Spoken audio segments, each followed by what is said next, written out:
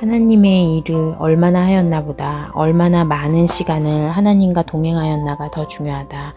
부름받음이 특권이고 이 부름을 받은 자의 삶은 축복이고 기쁨이며 환희다.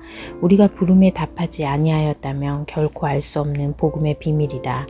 근심하는 자 같으나 항상 기뻐하고 가난한 자 같으나 많은 사람을 부유하게 하고 아무것도 없는 자 같으나 모든 것을 가진 자로다. 내 안에서 역사하시는 성령으로 인해 나는 항상 기뻐할 수 있으며 무슨 일을 만나든 하나님의 주권을 따라 일어나는 일이므로 감사하게 된다. 언제든지 기도가 심령 속에서 일어난다. 말씀이 응답되게 하셨다.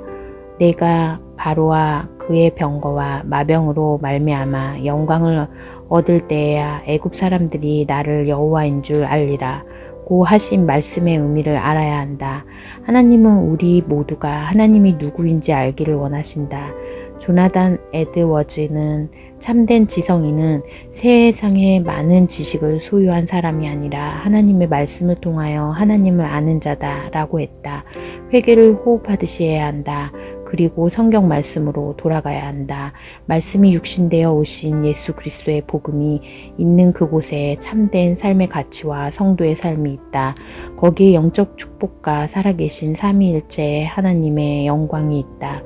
복부 대동맥류 수술을 받고 안식일을 갖는 동안 호주 시드니 외곽의 캠벨타운에 있는 호주인 교회에 초대로 간증을 할 기회가 있었다. 주일 오전 예배 때도 저녁 청년 예배 때도 예배당 뒤쪽에 정장을 입은 노인이 앉아 있었다. 점잖아 보이는 노인은 예배가 모두 끝나자 나를 찾아와서 명함을 내밀었다. 노인은 호주 시드니 신학대학의 총장이었다. 그는 갑자기 눈물을 보이면서 성경책을 펼쳐 내 앞에 내밀었다.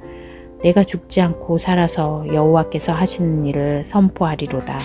말씀을 읽는 순간 심장이 멈추는 것 같았다. 나는 당신을 모릅니다. 다만 메일을 통해 준비된 선교사가 죽어가고 있습니다. 기도해 주십시오. 라는 소식을 받고 지금까지 기도했습니다. 기도하던 중에 성경을 펼쳐 들었을 때 나에게 확신을 주는 말씀입니다.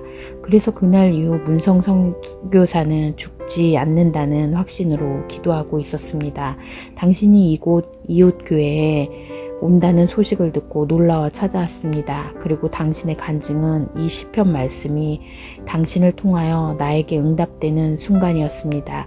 내 삶에 이런 경험은 처음입니다. 그는 감격과 기쁨을 감추지 못한 채 말을 이어갔다. 이 말씀은 내게도 같은 감격으로 주신 말씀이다. 이 땅에서의 삶이 다할 때까지 오직 예수 그리스도의 십자가 피의 가치와 하나님의 이름과 영광을 위하여 살기를 소망한다. 내가 이미 얻었다 함도 아니요 온전히 이루었다 함도 아니라 오직 내가 그리스도 예수께 잡힌 바 된 그것을 잡으려고 달려가노라. 형제들아, 나는 아직 내가 잡은 줄로 여기지 아니하고 오직 한 일, 즉 뒤에 있는 것은 잊어버리고 앞에 있는 것을 잡으려고 푯대를 향하여 그리스도 예수 안에서 하나님이 위에서 부르신 부름의 상을 위하여 달려가노라. 이 소망 없는 죄인에게 영생의 소망을 긍휼로 허락하시고 주님의 위로를 사모하게 하심을 감사한다. 내가 내 행위와 수고와 내 인내를 알고 또 악한 자들을 용납하지 아니한 것과 자칭 사도라 하되 아닌 자들을 시험하여 그의 거짓된 것을 내가 드러낸 것과 또 내가 참고 내 이름을 위하여 견디고 게으르지 아니한 것을 아노라. 내가 내 사업과 사랑과 믿음과 섬김과 인내를 나누니 내 나중 행위가 처음 것보다 많도다. 성도들의 인내가 여기 있나니 그들은 하나님의 계명과 예수에 대한 믿음을 지키는 자니라. 죄인에게 믿음을 주시고 성령의 도움으로 믿음을 지키게 인도하신 것도 은혜인데 이를 하나님께서 알고 계시며 하나님의 위로가 이미 예비되어 있다니 얼마나 큰 축복인가. 또 우리 형제들이 어린 양의 피와 자기들이 증언하는 말씀으로써 그를 이겼으니 그들은 죽기까지 자기들의 생명을 아끼지 아니하였도다. 5째 애인을 떼실 때에 내가 보니 하나님의 말씀과 그들이 가진 증거로 말미암아 죽임을 당한 영혼들이 제단 아래에 있어 큰 소리로 불러 이르되 거룩하고 참되신 대주여 대주제여 땅에 거하는 자들을 심판하여 우리 피를 갚아주지 아니하시기를 어느 때까지 하시려 하나이까 하니 각각 그들에게 흰 두루마리를 주시며 이르시되 아직 잠시 동안 쉬되 그들의 동무종들과 형제들도 자기처럼 죽임을 당하여 그 수가 차기까지 하라 하시더라. 예수 그리스도가 눈동자처럼 지키며 바라보는 믿음의 성도들이 있다. 잠시만 기다려라. 저곳에 너희들처럼 순교할 나의 자녀가 아직 남아있다고 말씀하신다. 이 시대의 순교적 삶을 살아가는 수많은 믿음의 형제들이 누구인지 우리는 알지 못한다. 혹시 부족의 형제들일까? 얼마나 감격스럽고 감사한 칭찬의 말씀인가. 하나님 아버지의 칭찬의 말씀과 흰 두루마리를 바라보며 끝까지 달려가기를 소망한다. 153년 전 토머스 선교사가 죽음을 두려워하는 조선인들에게 생명의 복음을 전하고자 한 그 애절한 심정은 하나님 아버지의 말씀에 순종해 기꺼이 죄인을 위하여 죽기를 선택하신 예수 그리스도의 열정이었다. 믿음의 증거를 경험해야 한다. 개신교는 2가지 증거를 가지고 있다. 하나는 객관적인 증거다. 객관적인 증거는 증명이 가능하다. 역사적이며 진리라고 말한다. 또 다른 하나는 주관적인 증거다. 주관적인 증거는 증명할 수가 없다. 주관적인 증거는 시간과 장소, 환경과 개인에 따라 달라진다. 그래서 개신교는 종교가 아니다. 종교는 자연 세계 속에서 인간이 선행과 열심, 고행, 노력, 훈련, 신념으로 만들어내는 것이다. 그러나 개신교는 역사적인 객관적 증거와 성도 안에서 역사하시는 성령으로 인한 체험과 증거가 있다. 우리는 진리가 객관적이고 역사적인 속성을 가져야 한다는 생각을 잊지 말아야 한다. 그래야 복음의 주관적인 차원을 당당하게 제시할 수 있다. 너희는 여호와의 선하심을 맛보아 알지어다. 예수님은 객관적인 진리를 말씀하신 다음 반드시 주관적인 헌신과 경험을 요청하셨다. 즉 내가 진실로 진실로 너희에게 이르노니 모세가 너희에게 하늘로부터 떡을 준 것이 아니라 내 아버지께서 너희에게 하늘로부터 참 떡을 주시나니 하나님의 떡은 하늘에서 내려 세상에 생명을 주는 것이니라. 라고 객관적인 사실을 가르치신 후 나는 생명의 떡이니 내게 오는 자는 결코 줄이지 아니할 터이요 나를 믿는 자는 영원히 목마르지 아니하리라. 내가 곧 길이요 진리요 생명이니 나로 말미암지 않고는 아버지께로 올 자가 없느니라 고 가르치셨다. 성경 공부는 물론이고 신앙생활은 반드시 객관적이며 역사적인 진실을 바탕으로 성령의 인도를 따라 주관적인 체험으로 확증되어야 한다. 객관적인 증거 없이 주관적인 것을 너무 강조하거나 치우치면 이성적이지 못하며 나아가 이성적인 것을 회피하게 된다. 사도 바울의 오직 하나님이 성령으로 이것을 우리에게 보이셨으니 성령은 모든 것 곧 하나님의 깊은 것까지도 통달하시느니라 라는 말씀은 성도 안에서 성령께서 하나님의 깊은 것을 보이셔야 성도가 인식할 수 있다는 것이다. 즉 참된 지혜는 성령의 내적 계시에서 오는 것이며 성도 개개인의 삶 속에서 증거하는 것이다.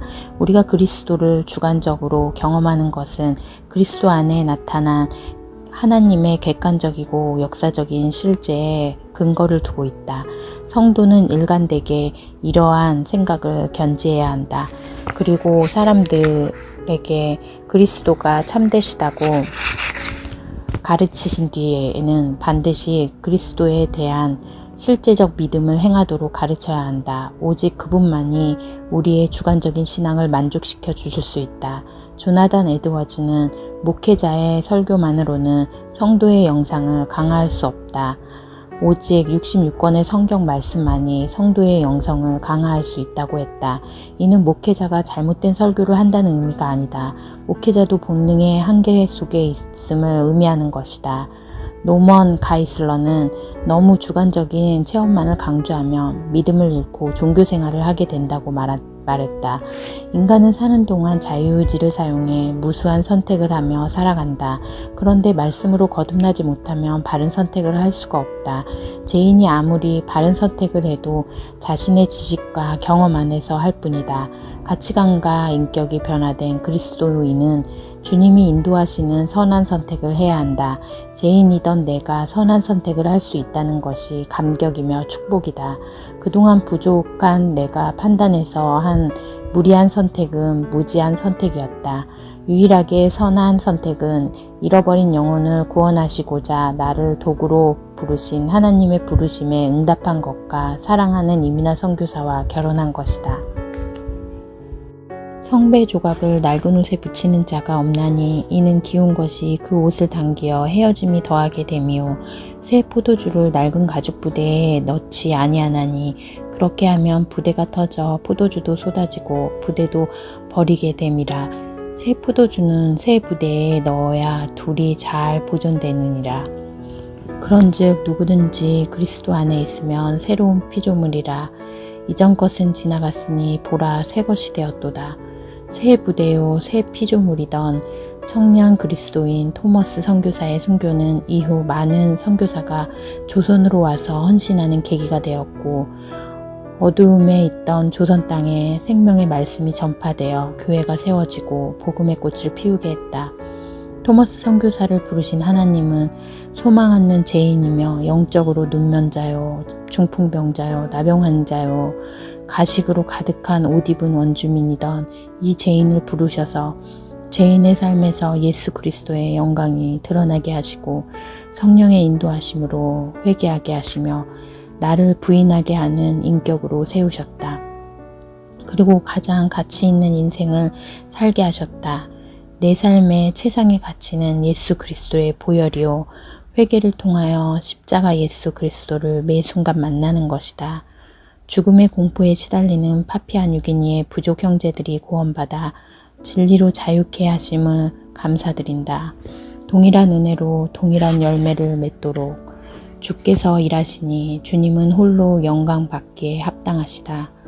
앞서간 허다한 증인들과 토머스 선교사와 같은 순교자들이 그랬듯이 그리스도의 사랑이 우리를 강건하게 부르시고 보내셔서 예수 그리스도 안에서 제사함을 받은 구원의 기쁨을 나누게 하시고 파피아 뉴기니의 미 언어를 사용하여 식인 마을에 복음의 꽃을 피우게 하셨다. 그동안 수고해 주신 전도사님과 함께 해주신 성도 여러분들 모두 감사합니다.